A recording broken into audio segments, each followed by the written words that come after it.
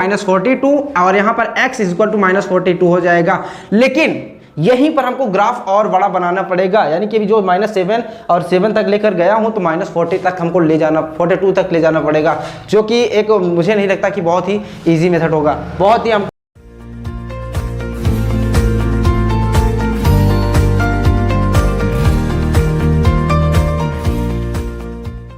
तो फ्रेंड्स आज की क्लास में हम लोग पढ़ने वाले हैं एक्सरसाइज 3.1 का पहला क्वेश्चन। ठीक है, इस सेट वर्क का नाम है आपका pair of linear equations in two variables. इसके पहले वाली क्लास में हम लोगों ने पढ़ा हुआ था कि इनको यानी कि pair of linear equations in two variables को सॉल्व करने के कितने मेथड हैं। ठीक है, उसमें एक आपका था ग्राफिकल मेथड, जो कि एक्सरसाइज 3 पॉइंट के सवाल है, हम जब क्वेश्चंस करेंगे उसमें आपको ये समझ में आएगा कि इसके ग्राफ कैसे बनते हैं, साथ ही साथ हम इसको क्वेश्चन भी सॉल्व करेंगे आराम से। तो ठीक है ना, तो इसमें आपको यही सीखना है कि ग्राफ कैसे बनता है क्वेश्चन को पढ़ करके, बाकी और जो मेथड है वो आगे हम धीरे धीरे पढ़ेंगे। तो चलिए आइए क्वेश्चन पढ़ते हैं और सॉल्व करते हैं क्वेश्चन को।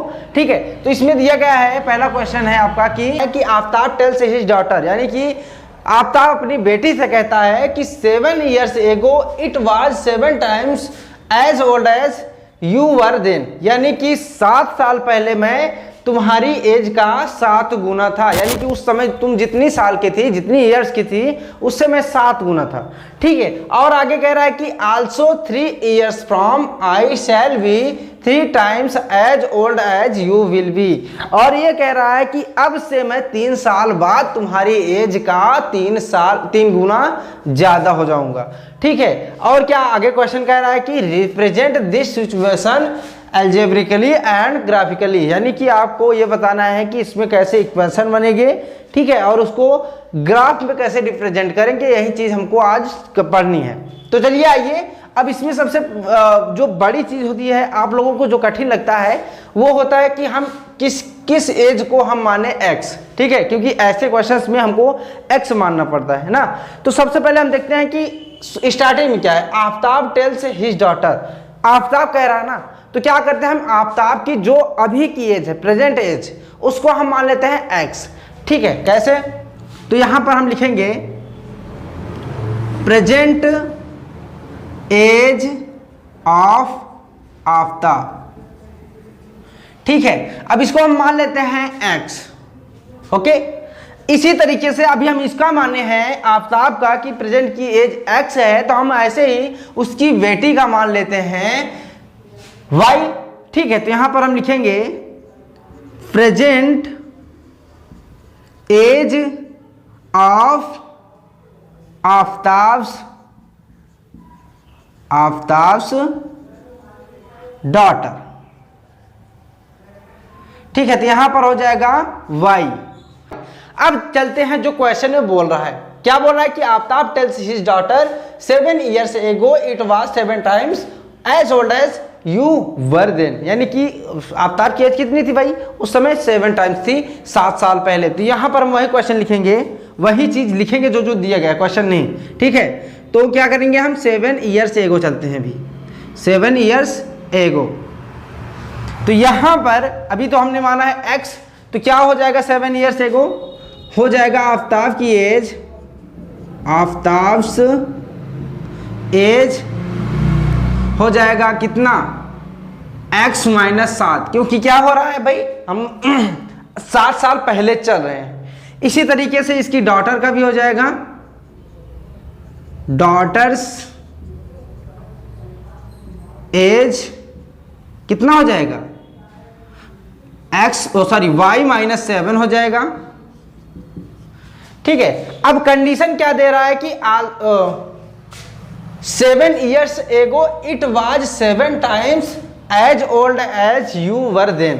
अभी क्या करना है हमको, पहले इन दोनों को हम इक्वल कर देते हैं। कैसे, जो क्वेश्चन में दिया गया है पहले उसको हम लिखेंगे, पहले हम इसको लिख लेते हैं, फिर जो क्वेश्चन में दिया गया है उसको हम पढ़ते हैं। देखो क्या लिखा है, x - 7 इक्वल टू हम कर देते हैं y - 7, लेकिन यहां पर इक्वल अभी नहीं होगा। इक्वल कब होगा, कह रहा है कि 7 years ago it was 7 times as old as you were then, यानी कि इसकी एज में, इसकी आफ्ताब की डॉटर की एज में अगर हम 7 से मल्टीप्लाई कर देंगे तो इन दोनों की एज इक्वल हो जाएगी। तो यहां पर हम 7 कर देते हैं। आई बात समझ में। अब इसको हमको किस में चेंज करना है, कुछ इस फॉर्म में चेंज करना है, a x plus b x sorry b y is equal to c, क्योंकि ऐसे ही तो pair of linear equations in two variables बन रहे हैं ना, तो उसी में हम इसको बनाते हैं। देखिए तो क्या हो जाएगा यहाँ पर x minus 7 is equal to, अभी इसका मल्टीप्लाई कर देंगे 7y माइनस 49 हो जाएगा। अब इस 7y को हम इस तरफ ले लेते हैं, तो यहाँ पर हो जाएगा x माइनस 7y और इस 7 को हम उस तरफ कर लेंगे माइनस 49 और प्लस में 7 हो जाएगा। तो x माइनस 7y हो गया कितना, माइनस 42। तो ये आपका पहला इक्वेशन आ गया, ठीक है, x minus 7y is equal to minus 42, ये हो गया पहला कंडीशन में पहला इक्वेशन।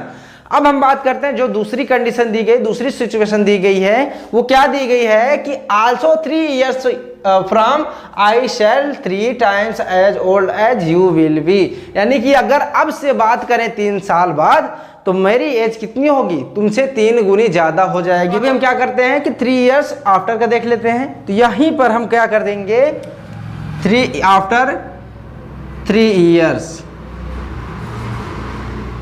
3 years, ठीक है। तो क्या हो जाएगा आफ्टर 3 years, पहले हम जो कंडीशन होंगे उसको लिख लेंगे। तो कह रहा है कि भाई अब यहां से देखेंगे तो क्या हो जाएगा x प्लस 3, ये आफ्ताब की एज हो जाएगी क्योंकि बाद की बात बता रहा है, ठीक है। और यहीं पर उसकी डॉटर की एज कितनी हो जाएगी, y प्लस 3, ये बात समझ में आ गई। लेकिन अगर इन दोनों का इक्वल हमको एज करना हो, यानी कि आफ्ताब और उसकी डॉटर का, तो वो कह रहा है कि भाई 3 साल बाद इसकी एज से मेरी एज 3 गुनी हो जाएगी, यानी कि कुछ ऐसी कंडीशंस बनेगी x प्लस 3 और यहाँ पर is equal to y plus 3 तो रहेगा, लेकिन इसकी एज में हम 3 से मल्टीप्लाई कर देंगे तभी तो दोनों इक्वल होंगे। अब क्या हो गया, इक्वल हो गया।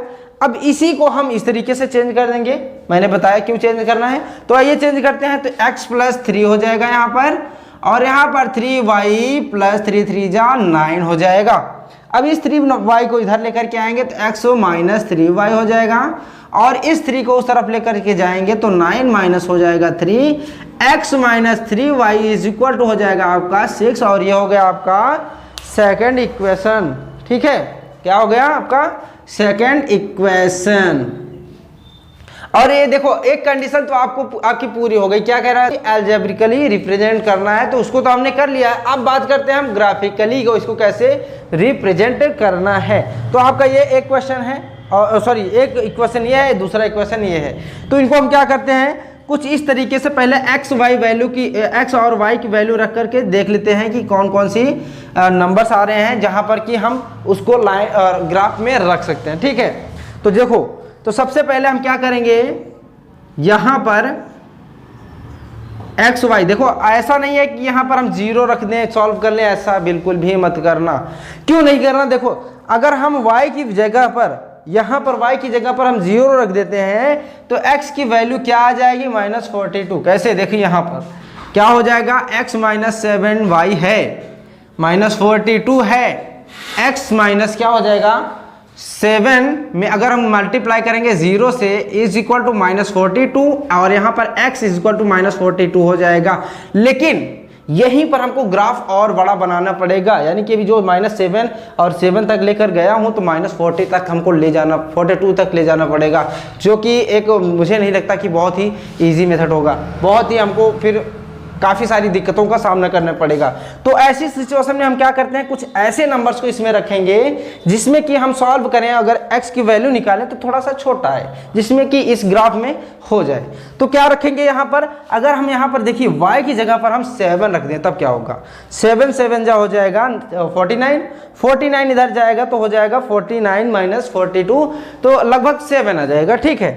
तो यहाँ पर हम क्या करते हैं, y की वैल्यू 7 रख देते हैं, x की वैल्यू आ जाएगी आपकी, अगर आपको नहीं समझ में आता है तो यहाँ पर मैं सॉल्व करके दिखा भी देता हूँ। तो x माइनस 7y है, माइनस 42 है, x is equal x minus 7 multiply by 7 minus 42, तो यहाँ पर हो गया माइनस 49 माइनस 42, तो यहाँ पर x की वैल्यू हो जाएगी 7, तो यहाँ पर आ गई आपकी x की वैल्यू 7, तो यहाँ पर भी हम 7 लिख देते हैं। ये चीज़ समझ में आई। अभी हमने यहाँ पर 0 रखा था तो कौन सी कंडीशन आई थी, माइनस 42, अभी यहाँ पर 7 आया तो हम ग्राफ में रिप्रेजेंट आराम से कर सकते हैं।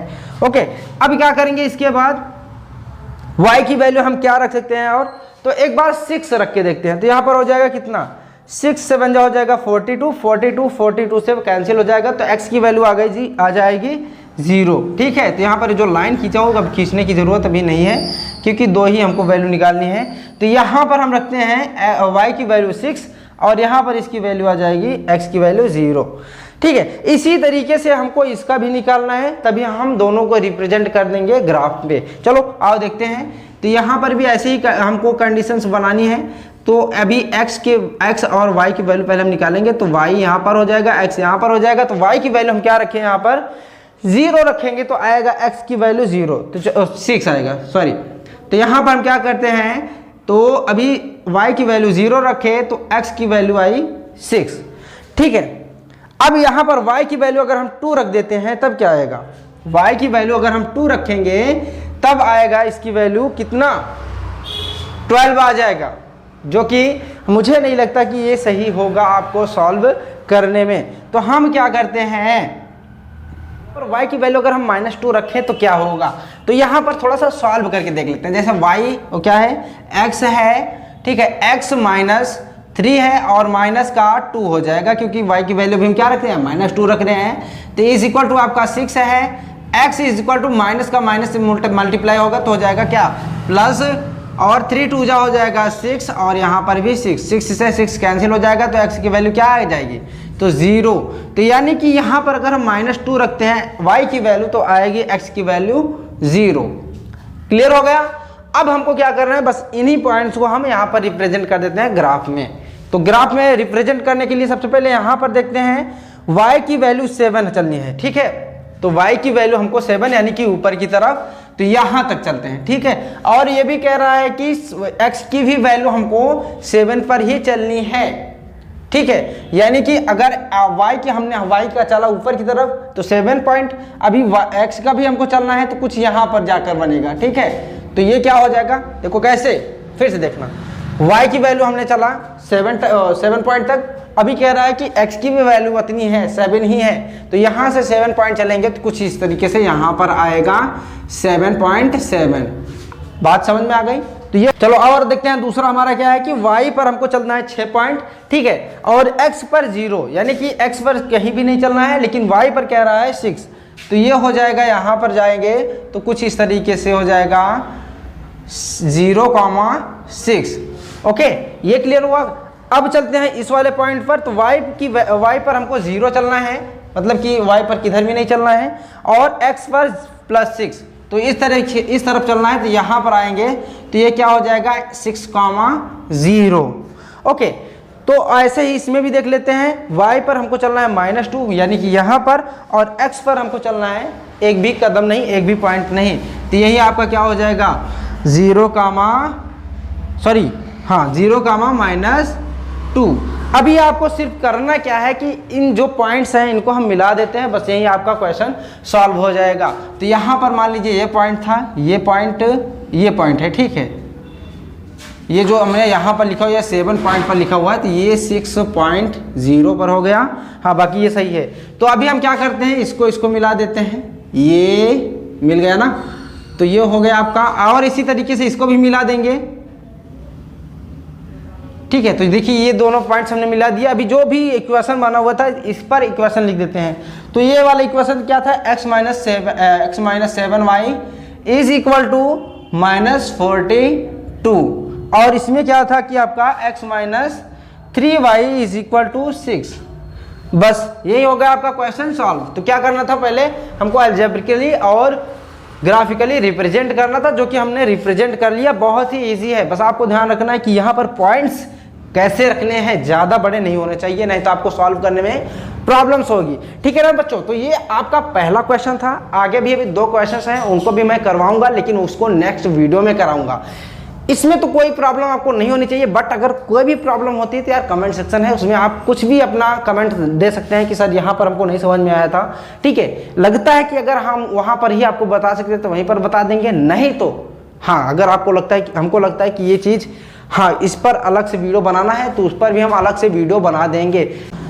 ठीक है ना, तो बिल्कुल भी टेंशन मत लेना, क्योंकि सारे डाउट्स आपके यहाँ पर ही क्लियर होंगे। ठीक है ना फ्रेंड्स, तो आज की क्लास में इतना ही, हम मिलेंगे नेक्स्ट क्लास में, तब तक के लिए bye bye and take care.